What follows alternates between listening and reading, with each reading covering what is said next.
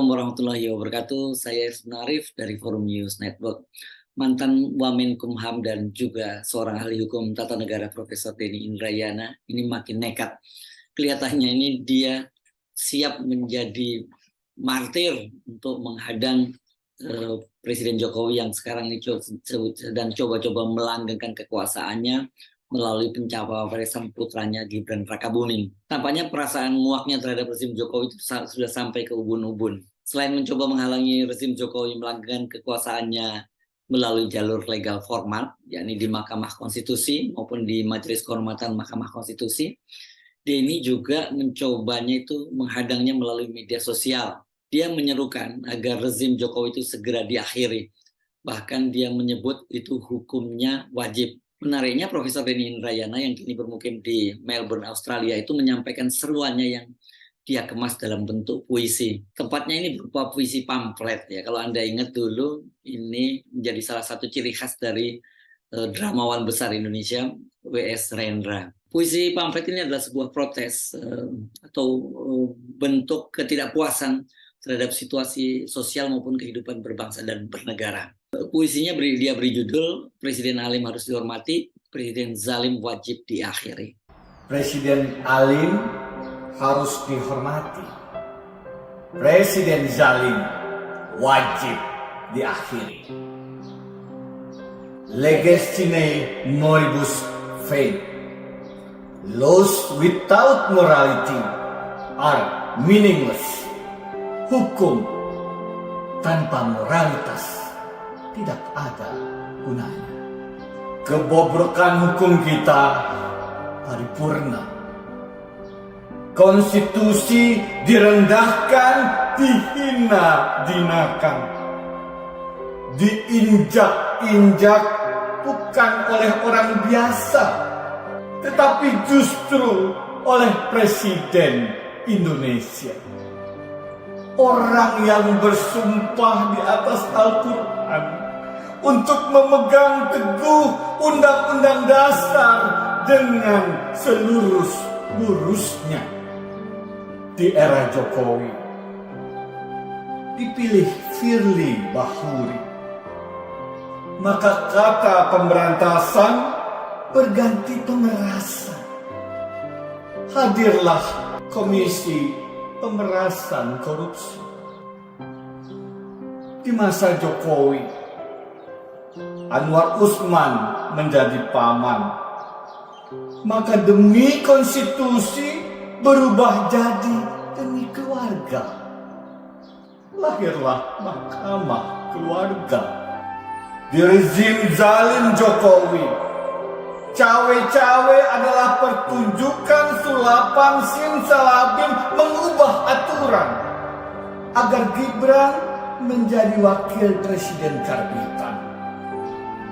Karena Rakabuming Raka artinya merekayasa pimpinan lewat putusan tanpa etika.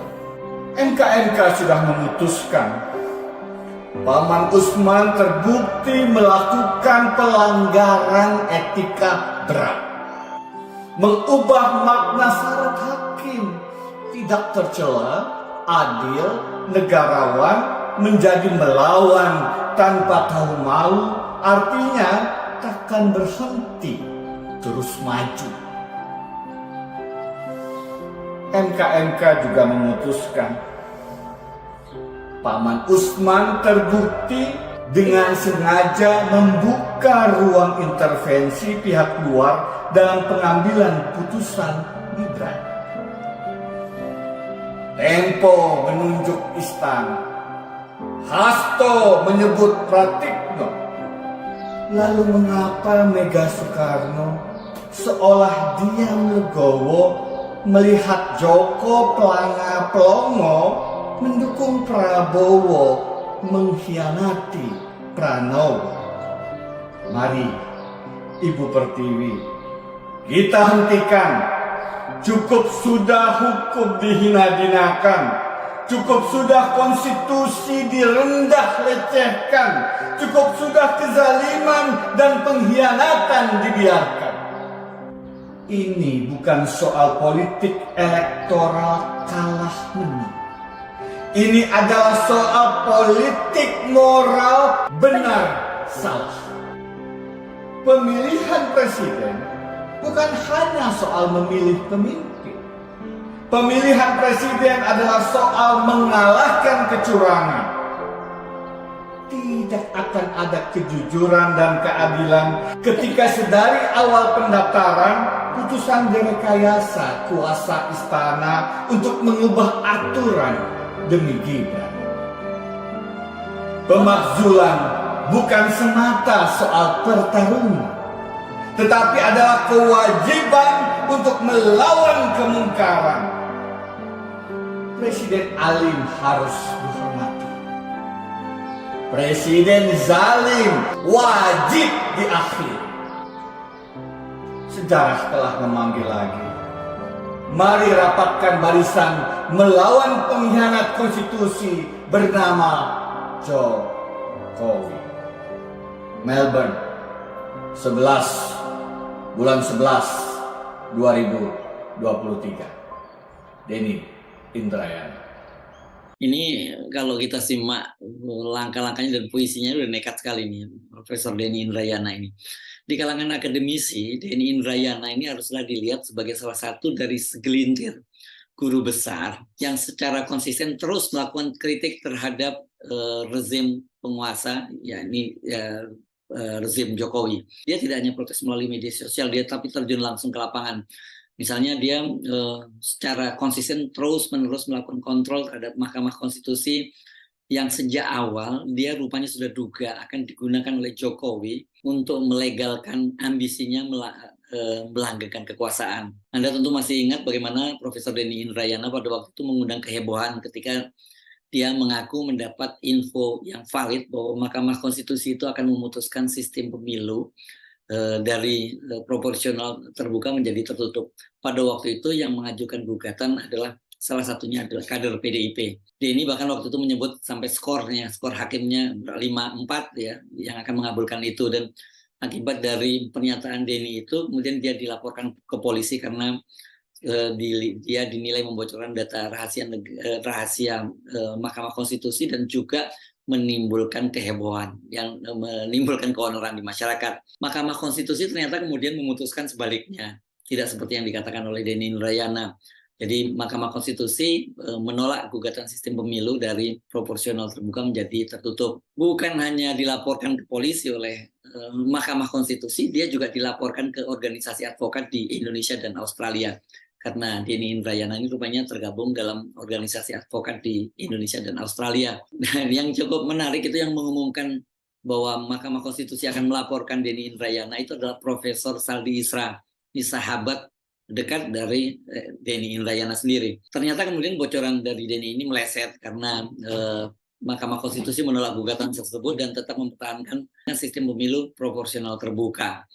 Apakah kemudian dengan begitu Denny itu mengada-ada ketika dia mengaku mendapat bocoran valid itu? Banyak yang berkeyakinan bahwa bocoran Denny tadi itu memang valid, tapi karena dia kemudian buka ke publik, itu kemudian berhasil membatalkan ini. Jadi membatalkan operasi-operasi di Mahkamah Konstitusi, dan akhirnya Mahkamah Konstitusi tetap mempertahankan sistem pemilu terbuka, jadi bukan tertutup seperti yang diinginkan oleh PDIP. Dalam kasus dipecatnya Ketua Mahkamah Konstitusi Anwar Usman, ini adik ipar Jokowi dan juga paman Gibran, Denny Indrayana ini juga punya peran yang sangat besar. Sebelum putusan MK 90 itu dibacakan dan kemudian mengundang protes dari banyak kalangan, sesungguhnya Denny Indrayana sejak Agustus lalu telah melaporkan Anwar Usman ke Majelis Kehormatan dari Mahkamah Konstitusi.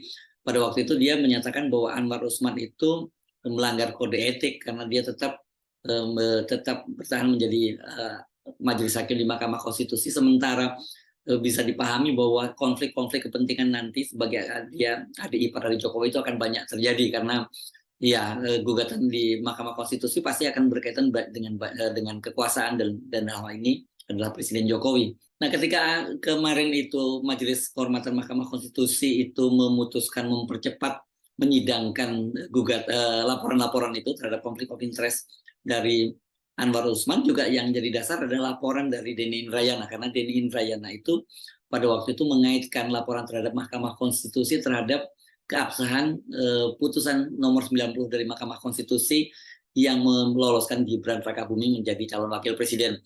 Jadi putusan dari Majelis Kehormatan Mahkamah Konstitusi harus diambil. Pada waktu itu batasnya adalah tanggal 8 November, karena tanggal 8 November itu waktu itu disebutkan bahwa batas akhir seorang calon presiden, calon wakil presiden itu bisa diganti oleh partai-partai politik yang mengadukan.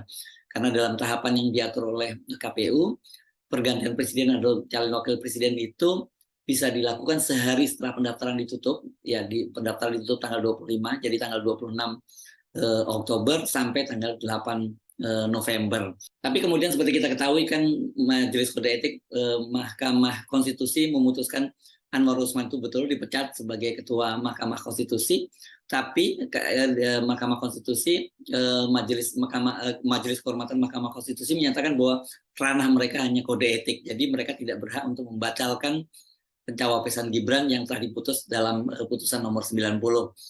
Nah, rupanya tidak menyerah, dia kemudian bersama ahli hukum dari UGM, Zainal Arifin Mohtar, juga kemudian mengajukan gugatan uji formal terhadap putusan 90. Dia mendalilkan agar putusan 90 itu tidak bisa dijadikan syarat pencawapresan Gibran. Namun rupanya ini tidak mudah untuk mengajukan gugatan uji formal itu, karena tidak bisa segera diproses oleh Mahkamah Konstitusi, dan dia berkejaran dengan batas waktu penetapan Capres-Cawapres tanggal 13 November 2023. Di tanggal 13 November itu ya hari ini mestinya menetapkan Capres-Cawapres ya. Denny dan Zainal itu ganti strategi. Dia mengajukan diri menjadi pihak terkait. Ini seorang mahasiswa dari Universitas Nahdlatul Ulama Indonesia, namanya Brahma, yang mengajukan gugatan terhadap keabsahan putusan MK nomor 90. Jadi dia memanfaatkan momentum itu. Tetapi kelihatannya ini Denny ini menempuh berbagai cara memang untuk menghalangi dinasti Jokowi, kendati dia tahu bahwa risikonya itu sangat berat ya. Dia akan menjadi musuh dan jadi target dari rezim yang berkuasa saat ini. Nah, rupanya dia sadar sekarang ini berbagai cara dia untuk menghadap Gibran ini nggak akan berhasil, dan makanya kemudian dia menyerukannya melalui puisi pamflet tadi. Dan kita tahu memang kalau jalur formal di Mahkamah Konstitusi kelihatannya memang Gibran tidak bisa lagi dihalangi untuk menjadi calon wakil presiden. Jadi salah satu caranya untuk menghalangi yang melalui proses politik. Apakah itu melalui gerakan di masyarakat, gerakan atau semacam yang disebut sebagai people power, atau gerakan legal formal yang terjadi di DPR. Dan kita tahu di DPR sekarang sedang bergulir proses hak angket, tapi kita tidak tahu sampai sejauh mana perkembangannya. Jadi sekali lagi kelihatannya Denny Indrayana ini sudah siap jadi martir untuk menghalangi eksistensi dari dinasti Jokowi. Saya Hirs Munarif dari Forum News Network. Sampai jumpa lagi. Wassalamualaikum warahmatullahi wabarakatuh. Kami muat.